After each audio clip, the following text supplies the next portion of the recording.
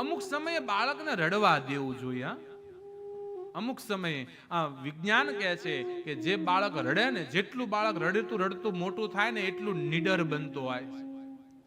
પણ અત્યારે તો જરીક બાળકને કાંઈક થાય તો એના મમ્મી દોડે, એના પપ્પા દોડે, કાકા દોડે, બા દોડે, દાદા દોડે, ભાઈને શું થયું ભાઈને. અને આ બધું ક્યારે શરૂ થયું? એક જ દીકરો હોય ત્યારે.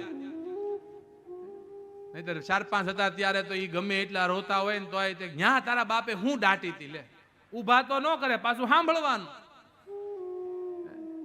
પાછા હું કે ઊભો થઈ જાજો, કીડીની માં મરી ગઈ કે લે.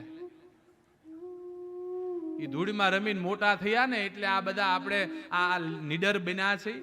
બાકી તો જરીક ધૂળમાં જાય તો જો બેટા રહેવા દે, છી ગંદુ છે, આખો વિયો છે. ન્યા શિવાજી નો જન્મે,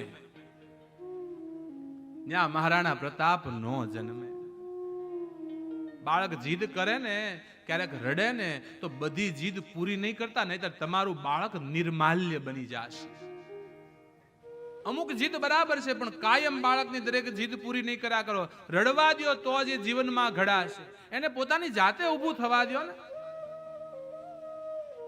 તમે એની જાતે ઘડાવા નથી દેતા બાળક.